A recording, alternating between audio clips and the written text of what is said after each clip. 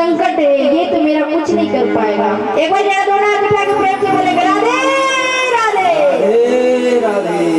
वसुदेव जी लेकर जैसे ही वापस हुए, नारद जी प्रकट हो गए। नारद जी ने सोचा महाराज अगर कंस का पाप का घड़ा नहीं भरेगा तो फूटेगा नहीं, इसका विनाश नष्ट कैसे होगा, नाश कैसे होगा। सो वसुदेव जी ने अष्ट कमल लिया, 8 पंखुड़ियों की कमल को लेकर कंस के पास पहुंचे हैं और कहा कि देखो कंस, ये 8 पंखुड़ियों का है, अगर इसमें से गिनोगे तब भी 8 किसी भी पंखुड़ी में पड़ेगा, कहीं दूसरे से स्टार्ट करोगे तो किसी और में पड़ेगा, तीसरे से गिनोगे तो किसी और में 8वां पड़ेगा, यानी पहला भी 8वां हो सकता है, दूसरा भी 8वां हो सकता है, या 8वां भी 8वां हो सकता है, पहला भी तुम्हारा मौत का कारण हो सकता है। कंस को समझ में बात याद आ गई, वसुदेव जी को बुलाए हैं, छोटा से नन्हे से शिशु को हाथ में लिए हैं और लेने के बाद आज उठाए और उठाने के बाद कंस सामने वाला दीवार पे जोर से पटक के मारा, धड़ाम की आवाज हुई और छोटा सा नन्हा सा शिशु का प्राण उड़ गया। आज जैसे मानो देवकी का हृदय विदीर्ण हो गया हो। वसुदेव जी चुपचाप उदास चेहरा से देवकी जी के पास लौटे हैं। देवकी समझ गई कि मेरे भाई ने ही मेरे पुत्र की हत्या कर दी। वसुदेव जी बहुत समझाए, कुछ दिन बीता, दूसरा पुत्र हुआ, दूसरे पुत्र को भी कंस के पास ले गए वसुदेव जी। कंस ने दूसरे पुत्र को भी हाथों में उठाया है, नन्हे से शिशु का, और दीवार पे जोर से पटका है, धड़ाम से आवाज हुआ, प्राण उड़ गया महाराज।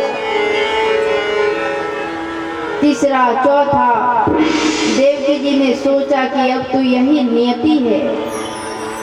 5वां, छठा, जब छठा शिशु की हत्या कर दी गई कंस के द्वारा, तो भगवान के पास सारे देवी देवता पहुंचे हैं, संत पहुंचे हैं, भगवान से स्तुति क्या है, प्रभु अब आपको तो पधारना चाहिए। भगवान ने कहा मैं जहाँ जाऊंगा उससे पहले मेरे दूत जाएंगे, मेरा सेवक जाएगा। तो भगवान के आने से पहले शेषनाग जी आए हैं 7वां गर्भ में, लेकिन भगवान ने सोचा कि भाई ये शेषावतार है और कहीं गर्भ से निकलते ही कंस को कुछ कर न डाले, तो भगवान ने संकर्षण विद्या के योग से माँ देवकी का जो गर्भ है वो माँ रोहिणी के गर्भ में ट्रांसफर कर दिए। अभी जो हम लोग सिस्टम बोलते हैं ना, ट्यूब में भी IVF की व्यवस्था कि जो डॉक्टर करते थे कि महाराज एक भ्रूण की पालन करके गर्भ में ट्रांसफर करते हैं, ये आज का विज्ञान कर रहा है और विज्ञान कर रहा है। हमारे पता नहीं कितने 600-800 साल पहले वेद ने कहा कि संकर्षण योग के बल से जो 7वां गर्भ है देवकी जी का, रोहिणी के गर्भ में पहुंच गया। अरे जो पद्धति वेद ने पहले ही लिख डाला। रावण को लगा कि लगता है मेरे भय के कारण, डर के कारण 7वां गर्भपात हो गया। रावण चुपचाप, कंस चुपचाप पड़ा रहा। कंस को लगा कि 7वां गर्भ खत्म। अब इधर महाराज सारे देवी देवता भगवान की स्तुति करने लगे। कंस को भी भय बढ़ गया महाराज।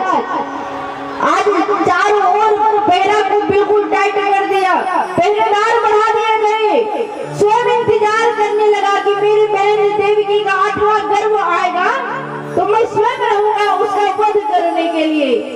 लेकिन यहाँ परम पिता परमेश्वर का प्राकट्य हो महाराज, कंस ने पहरेदारों को सावधान किया है, सैनिकों को कहा है, अरे जैसे ही मेरी देवकी बहन का 8वां पुत्र जन्म लेगा तो सिरे से पकड़कर मेरे पास लेते आना।